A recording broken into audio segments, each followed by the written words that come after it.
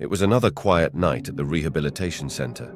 The distant hum occasionally broke the usual stillness of the machinery building or the soft shuffle of footsteps from restless patients. As the night security guard, it was my job to keep an eye on everything and ensure the safety of the patients and the facility. The clock on the wall ticked away the hours, and the world outside was a distant blur. Around midnight, as I was making my rounds, I noticed something peculiar. From the corner of my eye, I saw a figure moving outside, just beyond the large window of the standard room. At first I thought it was a trick of the light or perhaps one of the patients out for a late-night stroll. But as I looked closer, the figure became more apparent. It was a man, his face pale and gaunt, his clothes tattered and worn. He stared directly at me, his eyes hollow and unblinking, and he knocked softly but persistently on the window. I froze, unsure of what to make of the sight.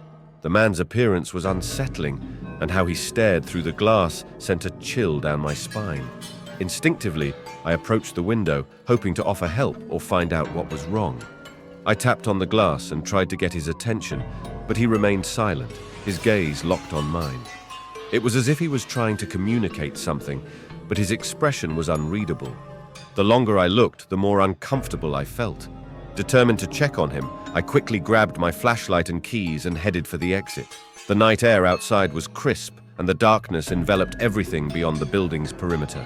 I shone my flashlight around, scanning the area for any sign of the man, but he was nowhere to be found.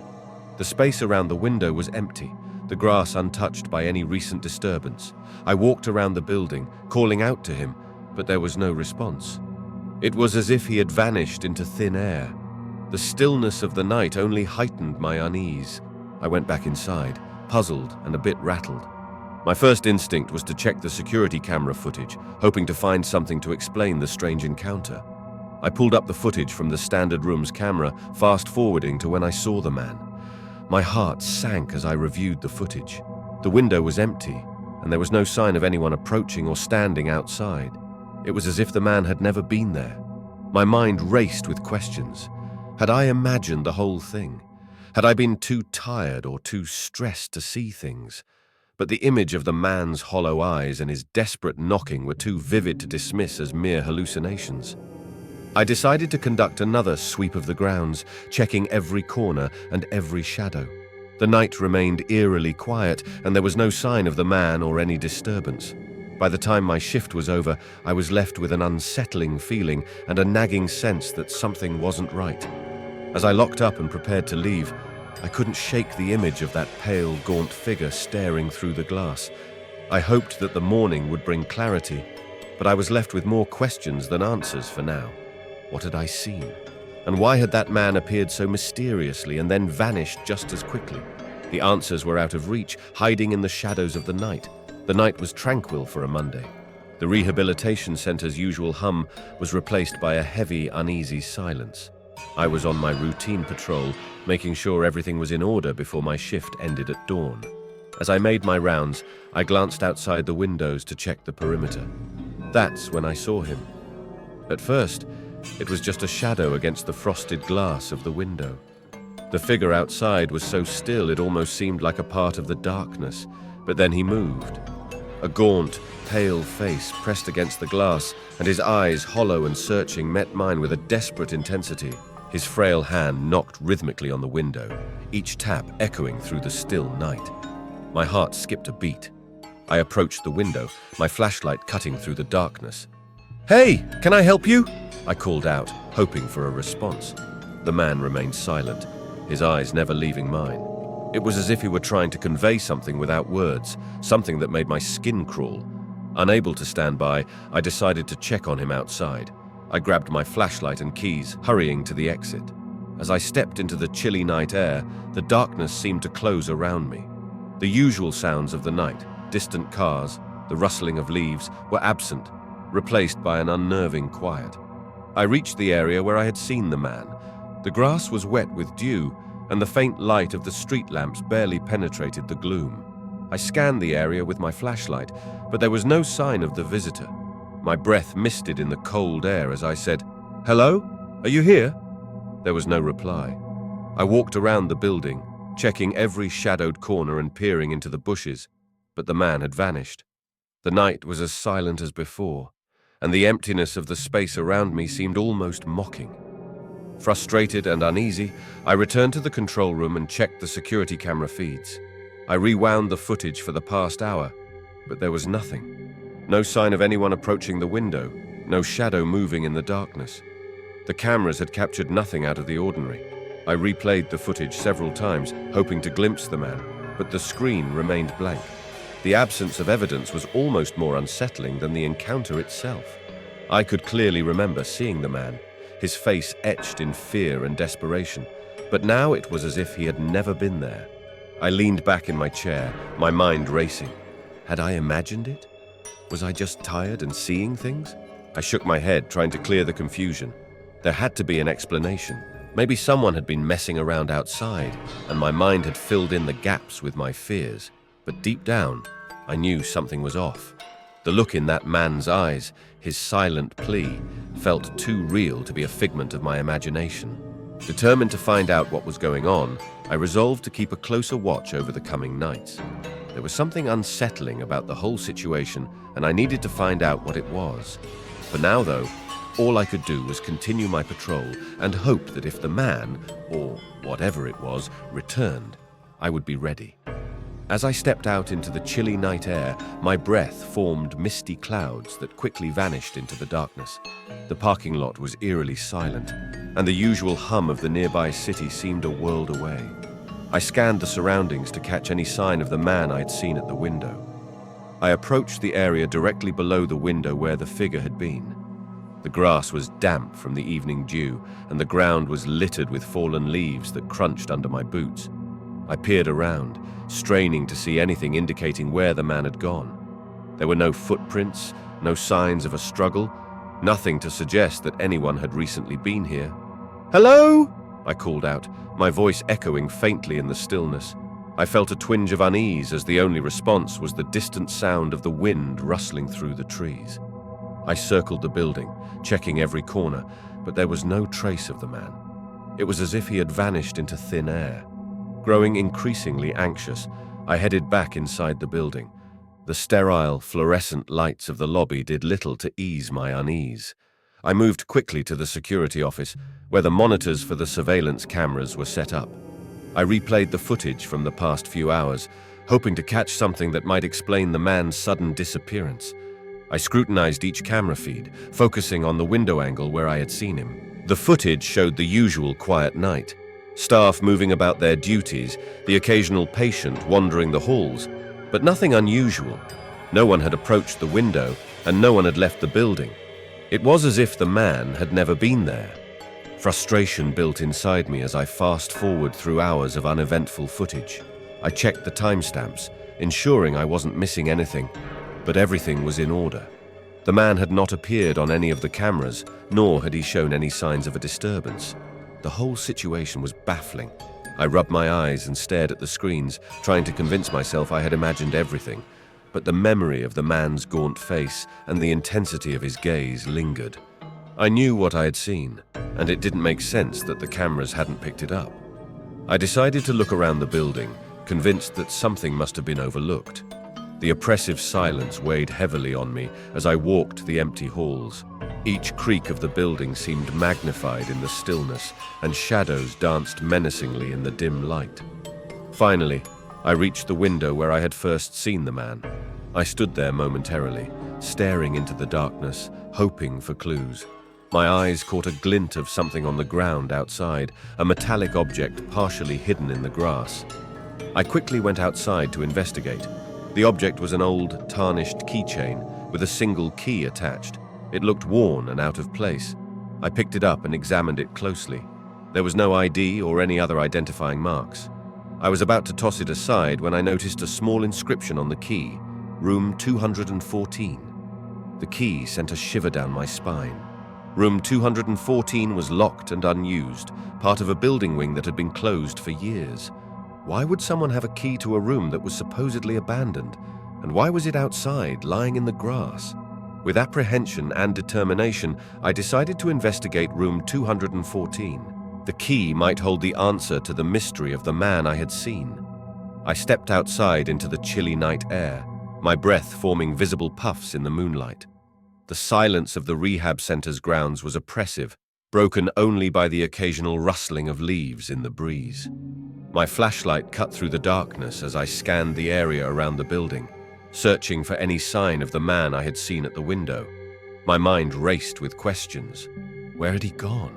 How could someone have vanished so quickly without a trace? The yard was vast and shadowy, with tall trees casting long, eerie shadows that seemed to move with every gust of wind. I walked towards the perimeter, checking every corner, every possible hiding spot. Nothing. I returned to the front of the building where I had first seen him. The area was quiet, save for the distant hum of the city beyond the center's property. My heart was pounding with a mix of anxiety and frustration.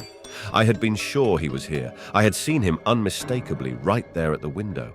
I checked the back of the building, a less frequented area often shrouded in darkness. The back entrance was locked, but I tried it anyway just to be sure. The heavy steel door didn't budge. I moved along the walls, my flashlight flickering over old graffiti and broken glass, but there was no sign of anyone. It was as if the man had evaporated. As I returned to the front entrance, I couldn't shake the feeling that I was being watched. The hair on the back of my neck prickled. I glanced around, but the only movement was the shadows playing tricks on my eyes. I took a deep breath, trying to steady my nerves. I might have let my imagination get the best of me, but something felt wrong. I went to the security room to review the camera footage. The monitors flickered to life as I brought up the footage from when I saw the man at the window. I watched in growing confusion as the video showed no one near the window. The frames captured only the empty parking lot and the still, quiet surroundings of the rehab center. I fast-forwarded through the footage, hoping to glimpse someone moving into or out of the frame. I watched every second, but the result was the same.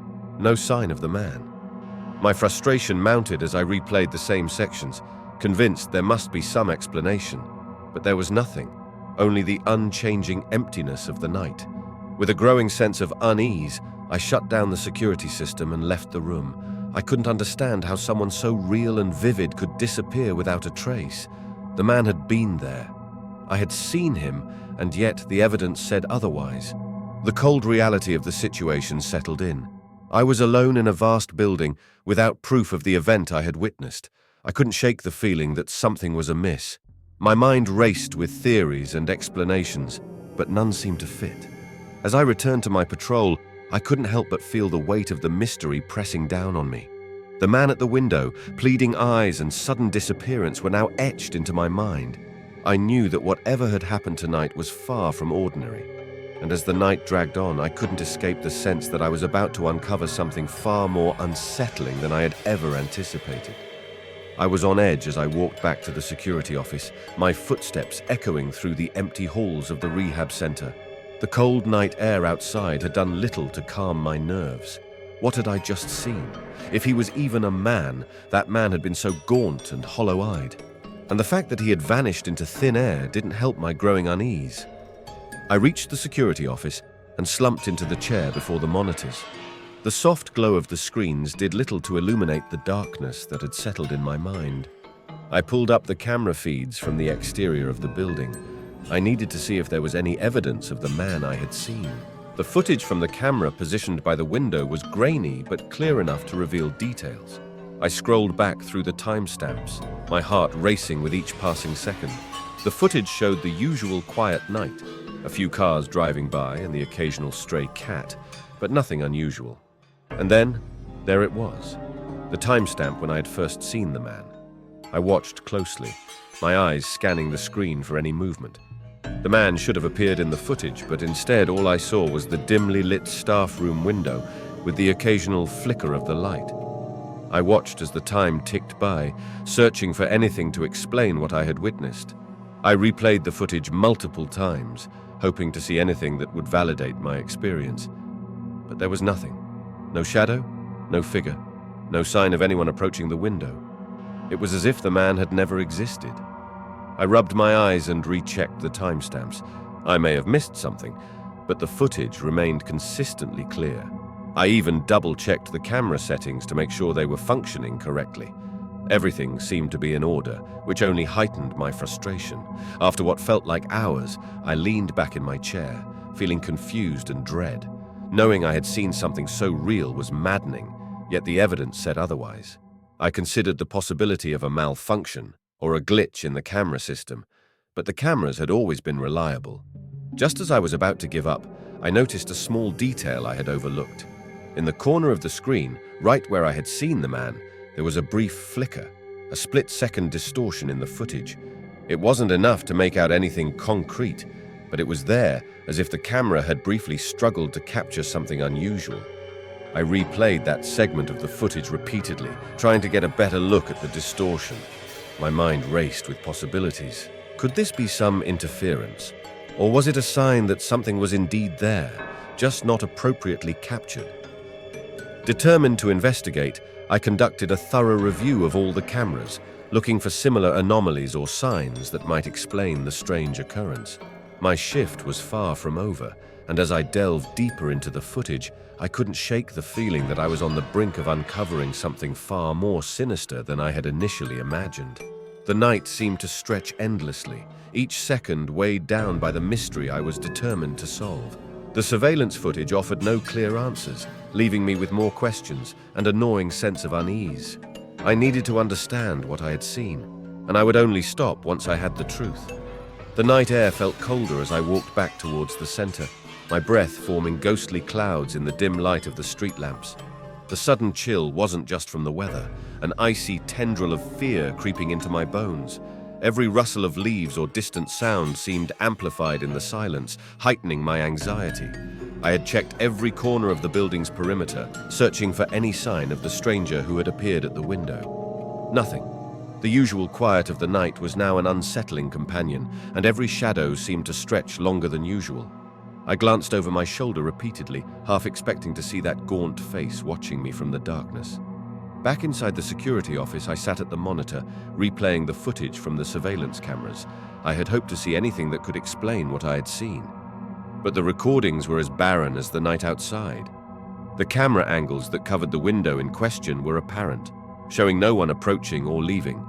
It was as if the man had never been there at all. I rubbed my eyes, trying to chase away the creeping unease.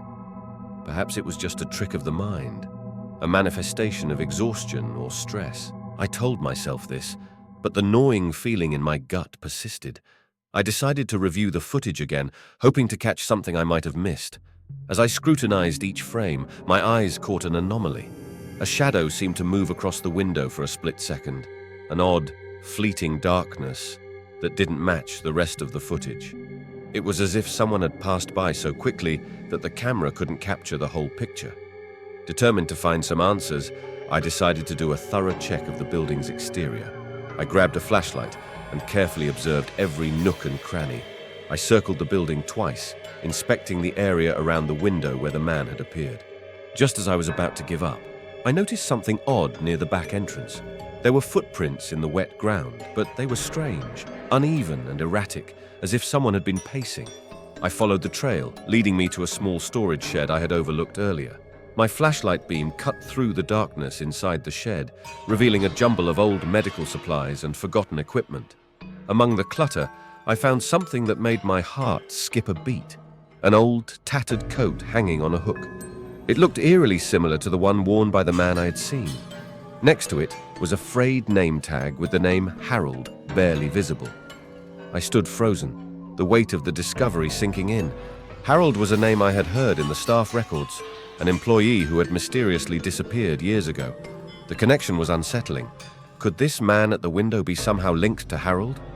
My thoughts were interrupted by the sound of something scraping against the shed's metal walls. I swung around, my flashlight cutting through the darkness, but I found nothing. The oppressive silence returned, heavier than before. The presence of the coat and the name tag added a new layer to the mystery. It wasn't just a random apparition. It was tied to the building's history. I felt a mix of dread and determination. The unease was growing into something I couldn't ignore. I needed to uncover the truth behind Harold's disappearance and the strange occurrences of the night. As I left the shed, I made a mental note to delve deeper into the building's history and the people who had once worked there. Something was hidden in the shadows of this place, and I was determined to bring it to light. The night was far from over, and the echoes of fear seemed to follow me as I returned to the security office, the mystery far from resolved. The flicker of the security cameras was a familiar sight, but tonight the feeds brought nothing but unease. I had spent hours re-watching the footage, hoping to catch even a glimpse of the mysterious figure at my window. But every camera angle showed an empty night, a deserted parking lot, and a quiet, unremarkable exterior. It was as if the figure had never existed. My gut told me something wasn't right. There was a nagging feeling that I had missed something important, and I couldn't shake the dread that had settled over me. Determined to uncover the truth, I decided to look outside again. I grabbed a flashlight and headed for the back of the building where I had last seen the man. The night air was cold and crisp, and the silence amplified every sound. The crunch of gravel under my boots was almost deafening as I moved around the building. I scanned the area with my flashlight, searching for anything out of place. The shadows danced on the walls, playing tricks on my eyes. I reached the spot where the man had been standing. There was nothing but the faint imprint of footsteps in the mud. I crouched down to get a closer look. The footprints were too small to belong to a grown man, but too large to be those of a child. It was perplexing. I followed the trail, which led me to a small, partially hidden utility shed at the back of the property. My flashlight revealed a rusted padlock on the shed door. I wasn't supposed to have access to this area, but curiosity got the better of me. I fumbled with the lock until it gave way with a creak. The shed was cluttered with old supplies and forgotten equipment, but one item caught my eye, an old, torn jacket hanging on a rusty hook. I approached the jacket cautiously, feeling an inexplicable chill run down my spine.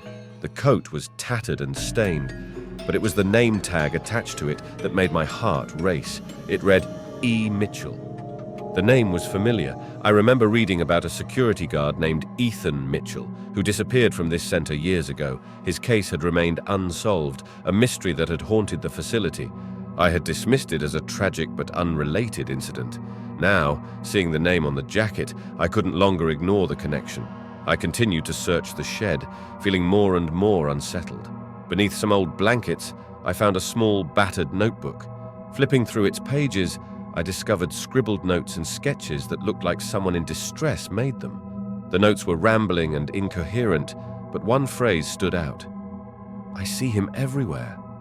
I closed the notebook, my hands trembling. The puzzle pieces began to fit together, but the whole picture remained elusive. The presence I had seen at the window and the strange evidence in the shed all pointed to something far more sinister than I had imagined. I returned to the security office with the notebook and jacket in hand. I needed to find out more about Ethan Mitchell and his disappearance, but as I re-entered the office and glanced around, I couldn't shake the feeling that I was being watched. The sense of being observed was more intense than ever, and I couldn't help but wonder if the ghost of Ethan Mitchell was trying to reach out to me to warn me of something yet to come. I'd hoped that last night's encounter with the pale stranger was a figment of my imagination, but as the hours dragged by and night fell again, I couldn't shake the feeling that something was wrong. The center's corridors were eerily silent, save for the occasional creak of the old floorboards beneath my feet. I made my rounds, ignoring the creeping sense of dread that gnawed at me. Around midnight, the staccato knock came again. The sound was unmistakable, rapid, insistent, coming from the same window where I had first seen the mysterious figure. My heart leaped into my throat as I approached the window, flashlight in hand, casting long shadows on the walls. The dim light revealed nothing but the empty courtyard outside. I peered through the glass, my breath fogging up the surface as I tried to catch a glimpse of the intruder. My pulse quickened as I saw a dark figure move past the window just beyond the reach of the light. I grabbed my keys and dashed outside, hoping to catch whoever was out before they vanished again. The night air was colder than I remembered, biting at my skin as I entered the courtyard. The moonlight cast a pale glow over the grounds, but there was no sign of anyone. I scanned the area, my flashlight slicing through the darkness. The footsteps I heard echoed off the walls, but they led nowhere. I searched the perimeter, checking behind bushes and around the building. Every shadow seemed to twist and shift in the dim light, playing tricks on my mind. Despite my thorough search, there was no sign of the stranger. It was as if they had evaporated into thin air. Frustrated and cold, I returned to the security office and replayed the footage from the cameras again. I reviewed each frame meticulously, hoping to catch something I had missed, but the recordings showed nothing unusual, just the empty courtyard and the occasional passing car. The figure that I had seen was not on tape. It was as though they had never been there at all. My unease grew as I replayed the footage for the third time, hoping for a different outcome. The more I watched, the more I felt like something was deliberately hidden from me. My stomach churned with anxiety, and I knew that I couldn't just ignore what had happened. The knocking sound, the figure, and the complete absence of evidence felt too orchestrated, too deliberate. I thought I was being toyed with, but by whom or what, I couldn't tell. The mystery of the pale stranger was unraveling, but not in any way I could understand. I was left with more questions than answers.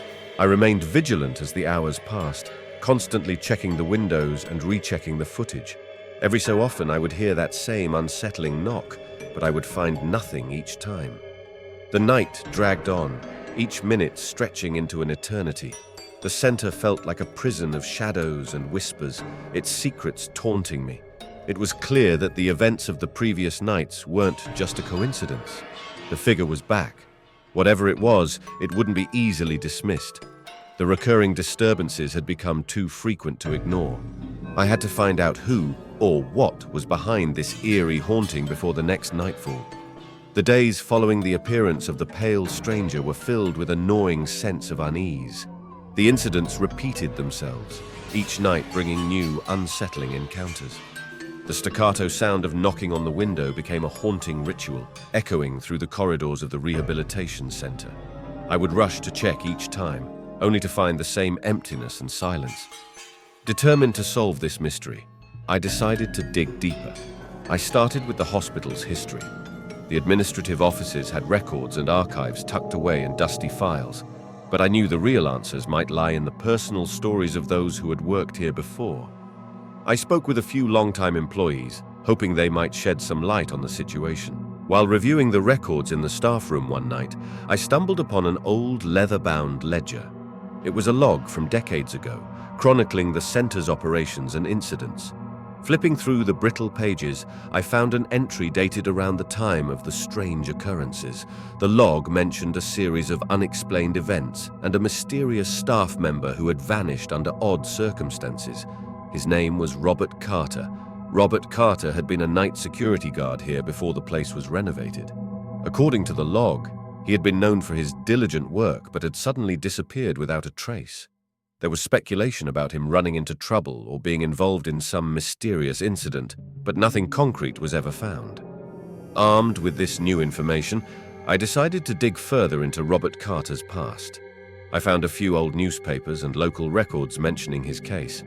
The more I learned, the more it became clear that his disappearance had been a topic of intrigue and speculation in the local community. But no one seemed to know the whole story, and it was clear that something was missing. Determined to learn more, I visited the local historical society to see if they had any additional records or stories about Robert Carter.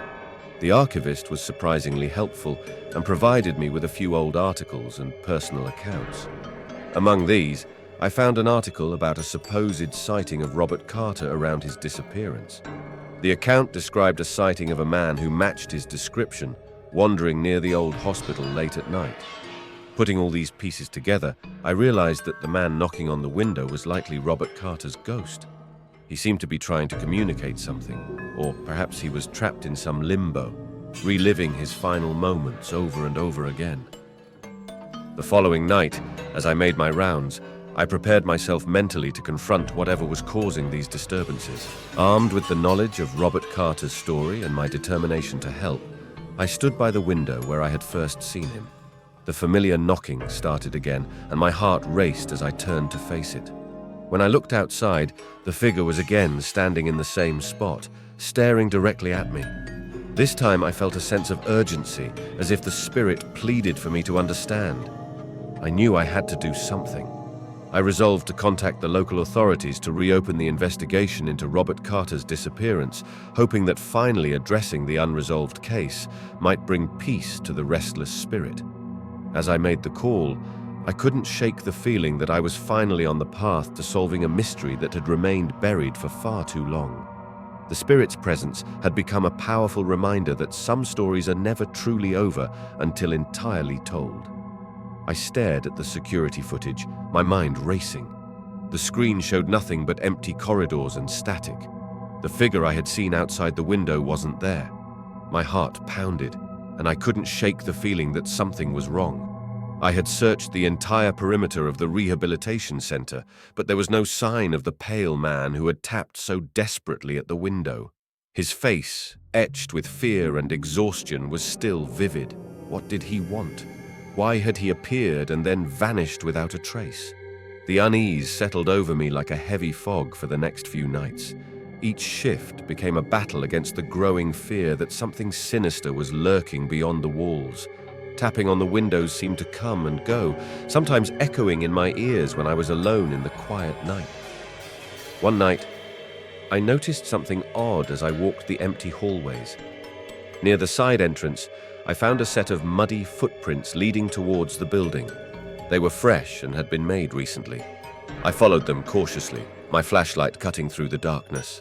The tracks led me to a small, overgrown garden area on the outskirts of the property. I found an old, tattered coat there, partially hidden under some debris. It was stained and worn, and the sight of it sent a chill down my spine. I recognized it as the kind of coat someone might wear if they were wandering in the cold. I wondered if it belonged to the man I had seen. I brought the coat back to the security office and examined it closely. There were no identifying marks, but something about the coat felt unsettling. As I was about to put it away, I noticed a small, folded piece of paper inside one of the pockets. I unfolded the paper and found a note written in hurried, scrawled handwriting. The note read, "Help me. They won't let me go. I need to tell someone." My pulse quickened. Who was this person, and why did they need help? I decided to dig deeper into the center's history. I started by researching past incidents and staff records. To my surprise, I found a file on a missing person report from years ago, a man named Thomas Wright who had disappeared under mysterious circumstances. According to the records, he was a former staff member with no leads on his whereabouts. The next night, I decided to investigate further. I combed through old building blueprints and discovered where I had found the coat was once a storage room for supplies. It had been closed off and forgotten for years. I wondered if Thomas Wright had been involved in something here, something that might have led to his disappearance. Walking through the darkened corridors, I felt a cold draft, and the lights flickered ominously. The tapping at the windows started again, more insistent this time. My anxiety peaked, and I knew I had to confront whatever was causing this. I headed back to the old storage room. The door creaked open as I approached, and the room was eerily quiet. My flashlight swept across the dusty shelves and old equipment. Then, I saw a shadowy figure standing still in the corner of the room. I approached cautiously, but the figure vanished as quickly as it had appeared. Suddenly, I heard a whisper in the darkness, barely audible but clear enough. "Tell them the truth." I backed out of the room, my heart racing. I knew that whatever haunted the center connected to Thomas Wright's disappearance. I had to make sure that the truth came to light. I contacted the authorities, providing them with the information I had gathered, and urged them to investigate further. As the days passed, the haunting presence seemed to fade, and the window tapping stopped. The security footage remained clear, and no more strange occurrences were reported, but the memory of that night lingered with me. I had faced something beyond the ordinary, and though the mystery had been partially solved, I was left with the lingering question of what else might lie hidden in the shadows of the rehabilitation center.